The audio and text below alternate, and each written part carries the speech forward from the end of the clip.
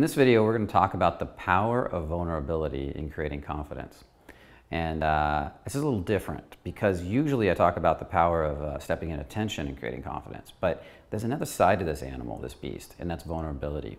We recently had a viewer ask from our Becoming Fearless episode with Allana Pratt, ask about how you get to 100% vulnerability or how you maintain 100% vulnerability.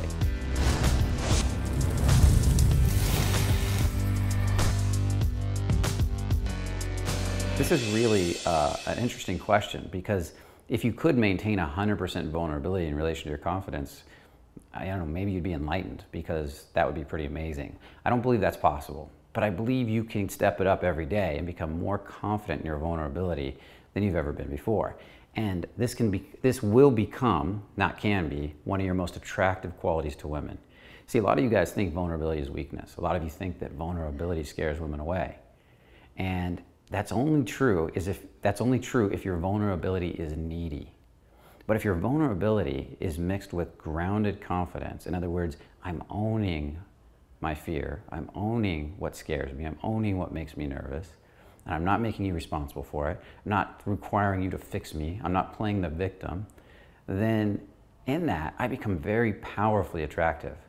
Think about every time you've seen a video of somebody being really vulnerable and honest and open and real, how they pull people in, how those videos often go viral.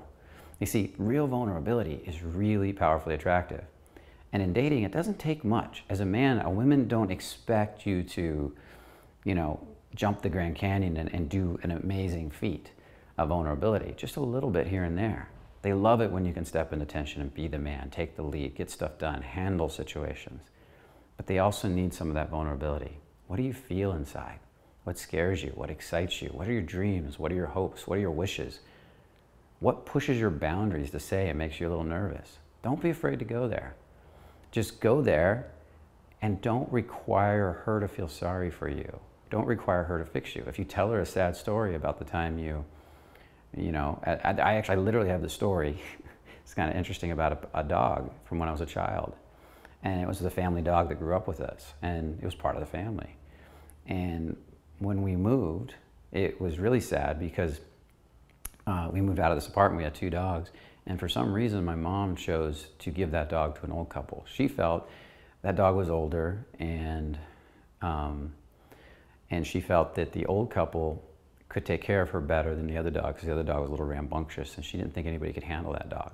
And the new apartment we moved into would only accept 1 dog.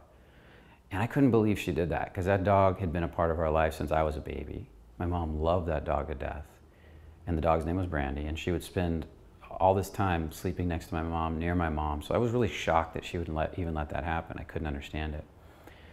And so we'd been living in this new apartment for about a week, and around 2 a.m. one night, my mom woke up crying, saying she had to get Brandy back. I have to get Brandy back. I have to get Brandy back. She was really upset.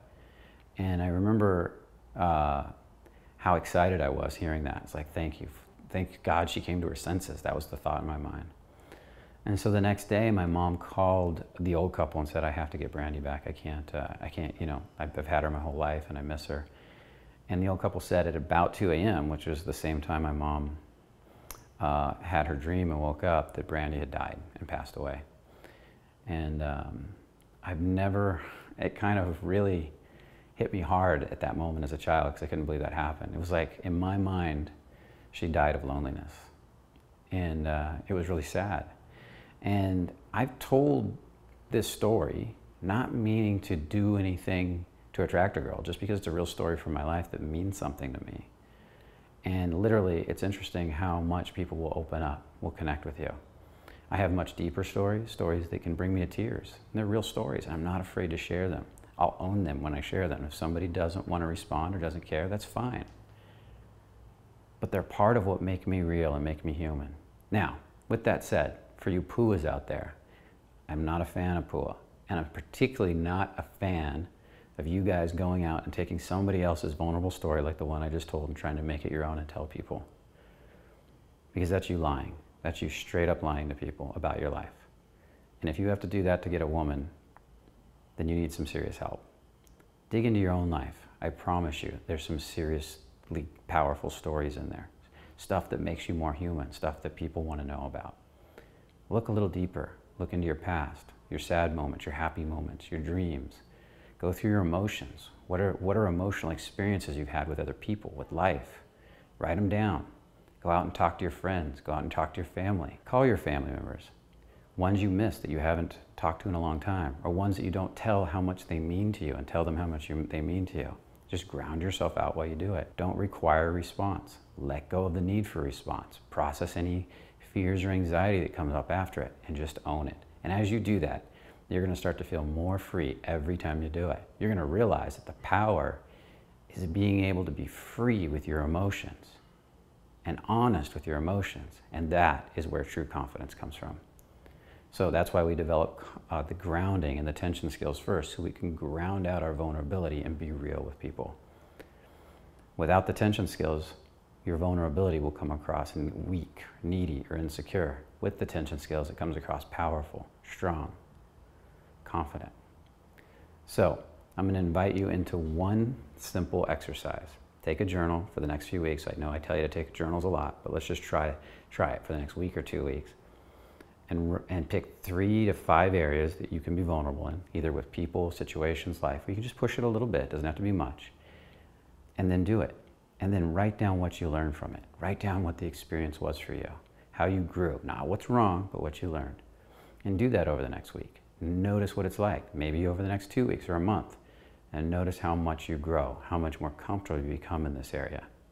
Especially if you're a very masculine, grounded guy, but you're having trouble connecting with women. This skill will be invaluable to you. So with all that said, I hope you enjoyed this video. I'd love to hear what you have to say in the comments. We really value your comments. Make sure you subscribe if you haven't subscribed. And as always, what would you do if you were not afraid?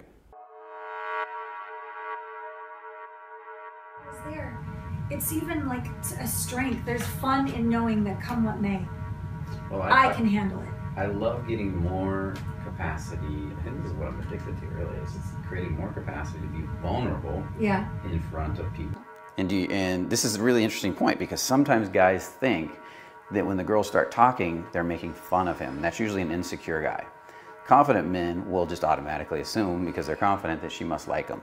Even if she's kind of teasing her.